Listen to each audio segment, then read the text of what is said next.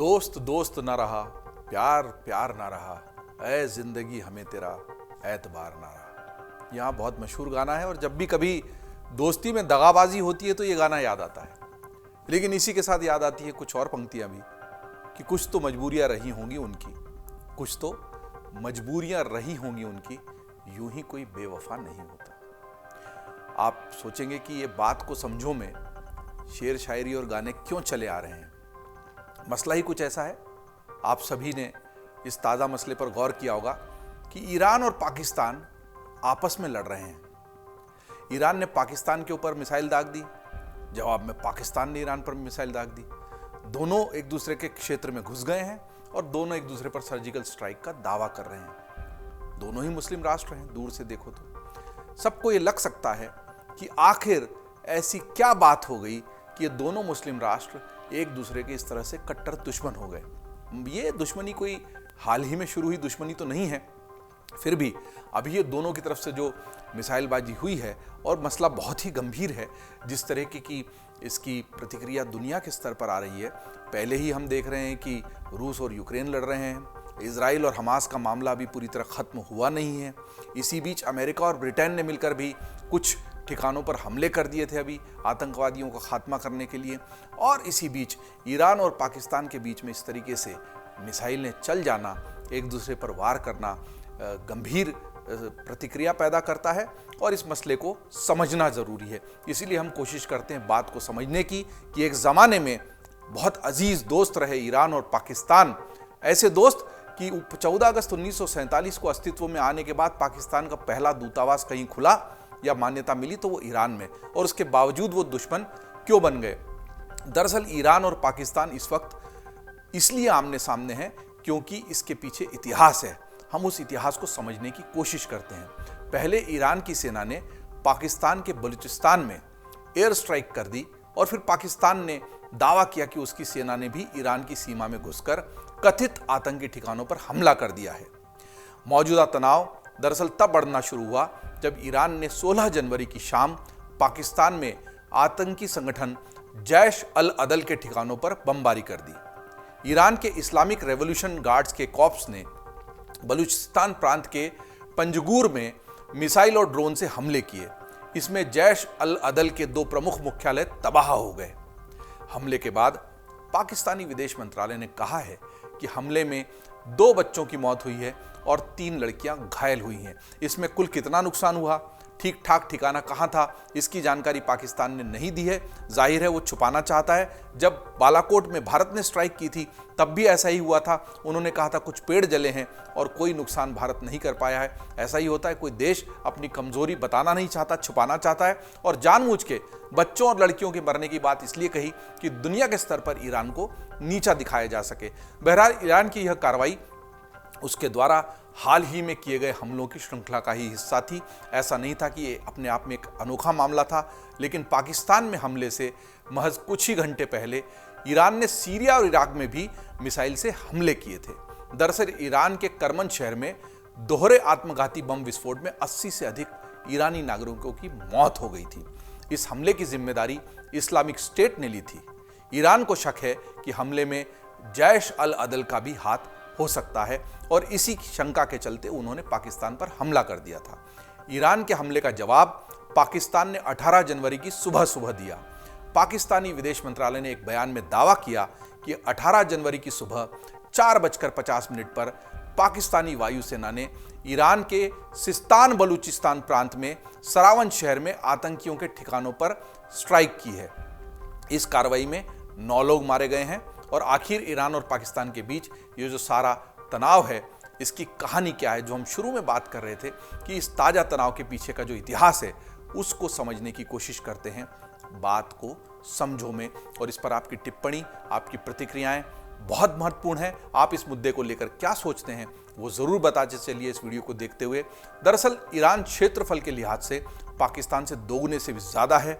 इसकी जनसंख्या पाकिस्तान की लगभग 1/3 है। प्राकृतिक संसाधनों के परिपूर्ण जो ईरान है उसके पास दुनिया का दूसरा सबसे बड़ा गैस भंडार है और चौथा सबसे बड़ा कच्चे तेल का भंडार है। यही उसकी ताकत है, आर्थिक शक्ति की वजह है और इसी वजह से कई बार ईरान और अमेरिका में जबरदस्त तनातनी भी चलती है। गैर ईंधन के भी खनिज संसाधनों से बहुत प्रकृति ने नवाजा है ईरान को। ईरान दरअसल बहुत प्राचीन सभ्यता भी है। ईरान दुनिया के नक्शे पर बहुत पहले से है। पाकिस्तान दुनिया के नक्शे पर बाद में उभर कर आया है। ईरान और पाकिस्तान के रिश्तों की बात करें तो दरअसल पाकिस्तान के अस्तित्व में आने के वक्त से ही दोनों के रिश्ते बहुत अच्छे, बहुत मधुर रहे हैं। 14 अगस्त 1947 को जब पाकिस्तान, जी हाँ, हमारा भारत का ही हिस्सा था, लेकिन जब वो अस्तित्व में आया तो उसी दिन ईरान ने उसे मान्यता दे दी थी। इसी के साथ ही ईरान पाकिस्तान को मान्यता देने वाला पहला देश भी बन गया। ईरान वह पहला देश भी है जहां पाकिस्तान का दूतावास खोला गया। देखिए कितने रिश्ते मजबूत रहे शुरू से। पाकिस्तान के अस्तित्व में आने के साथ ही 1970 के दशक तक दोनों ही देशों के रिश्ते इसी तरह गाढ़े, प्रगाढ़ और बहुत मजबूत बने रहे। दोनों ने रक्षा के क्षेत्र में भी बहुत सहयोग एक दूसरे का किया। बल्कि 1965 के भारत और पाकिस्तान के युद्ध में भी पाकिस्तानी सेना को ईरान से ही मदद मिली थी। भारत के लिए बहुत गंभीर खतरा था। इसी तरीके से ईरान एक तरह से अनचाहे ही भारत का दुश्मन भी बना। लेकिन 65 का जो भारत पाकिस्तान का ऐतिहासिक युद्ध था उसमें ईरान ने पाकिस्तान की मदद की थी। दरअसल वो दौर शीत युद्ध का दौर था। दुनिया दो ध्रुवों में बटी हुई थी। कई देश, अमेरिका जो उस वक्त की सबसे बड़ी शक्ति था, उसके साथ थे, और कई देश, सोवियत संघ जो दूसरी सबसे बड़ी शक्ति दुनिया की थी, और अमेरिका और सोवियत संघ, ये दोनों ध्रुव दुनिया के आपस में बटे हुए थे। और कुछ देश अमेरिका के साथ थे, कुछ देश सोवियत संघ के साथ थे। भारत जैसे कुछ ही देश थे जो गुटनिरपेक्ष थे। पाकिस्तान और ईरान ने उस वक्त अमेरिका के नेतृत्व वाले सेंटो रक्षा समझौते पर दस्तखत भी किए थे। इसके अलावा ईरान ने पाकिस्तानी छात्रों के लिए अपने विश्वविद्यालयों के दरवाजे भी खोल दिए थे। जी हाँ, पाकिस्तान उस तरीके से तुरंत तरक्की नहीं कर पाया था। शुरुआत से ही इस मामले में कमजोरी थी। जो गुलाम भारत था, उस वक्त के कुछ विश्वविद्यालय और अन्य जो वहाँ पर संसाधन थे, उसी से काम चल रहा था। इस कमी को देखते हुए ईरान ने अपने विश्वविद्यालय के दरवाजे पाकिस्तानी छात्रों के लिए खोल दिए थे। ये बड़ी बात है, और यही वह कारण भी है कि ईरान के शासक को पाकिस्तान अपना सबसे बड़ा मित्र मानता रहा उस वक्त तक। 1970 के दशक के अंत में दोनों के रिश्तों में बदलाव शुरू हुआ। यहाँ ये लंबी दोस्ती, उस वक्त इसमें खटास आना शुरू हुई जब 1970 के दशक का अंत अनकरीब था, और एक तरफ ईरान में हुई क्रांति हुई थी, तो दूसरी तरफ पाकिस्तान के दूसरे पड़ोसी देश अफगानिस्तान के भी हालात तेजी से बदल रहे थे। दरअसल 1970 में आयतुल्लाह खोमेनी की इस्लामी क्रांति हुई थी। जी हाँ, बहुत मशहूर नेता ईरान के, और उनकी क्रांति इतिहास में दर्ज है।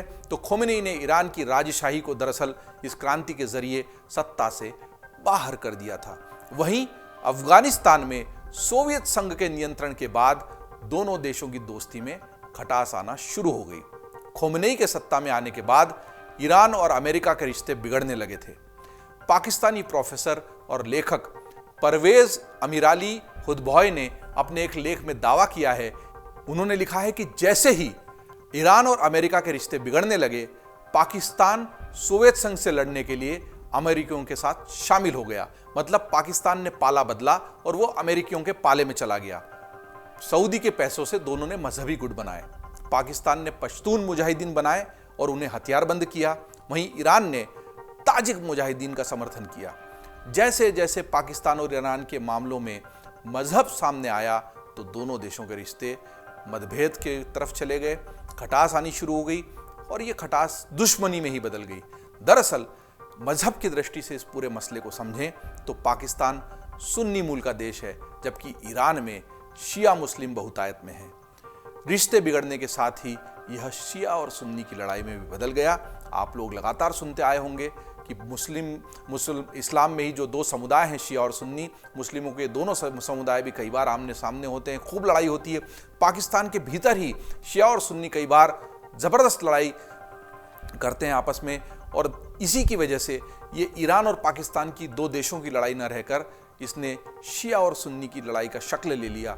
ये लड़ाई इतनी बढ़ी कि 1990 के दशक में जहां पाकिस्तान में दोनों समुदायों के बीच तनाव बढ़ा, तो पाकिस्तान ने ईरान पर शियाओं को भड़काने का आरोप लगा दिया कि ईरान चूंकि शिया बहुल देश है, तो पाकिस्तान में जो शिया मुस्लिम रहते हैं उनको भड़काने का काम ईरान कर रहा है। 1990 में ही पाकिस्तान के लाहौर में ईरान के राजदूत सादिक गंजी की हत्या कर दी गई। पाकिस्तान के पूर्व पुलिस अधिकारी हसन अब्बास ने हत्या के पीछे आईएसआई का हाथ बताया था। इसी समय ईरान की वायुसेना के कैडेटों को भी मार दिया गया। इन घटनाओं की वजह से दोनों देशों के रिश्ते और खराब हो गए। कभी बहुत अच्छे दोस्त रहे इन दोनों देशों के बीच आतंकवाद ने भी एक बड़ी खाई पैदा कर दी। ईरान और पाकिस्तान एक दूसरे पर आरोप लगाते रहे हैं कि कुछ उग्रवादी समूह लगातार सीमा पार आतंकवादी गतिविधियों में लिप्त हैं। ऐसा ही एक समूह जुंदल्लाह हुआ करता था। इस आतंकवादी संगठन के नेता को 2010 में ईरान में फांसी लगा दी गई थी।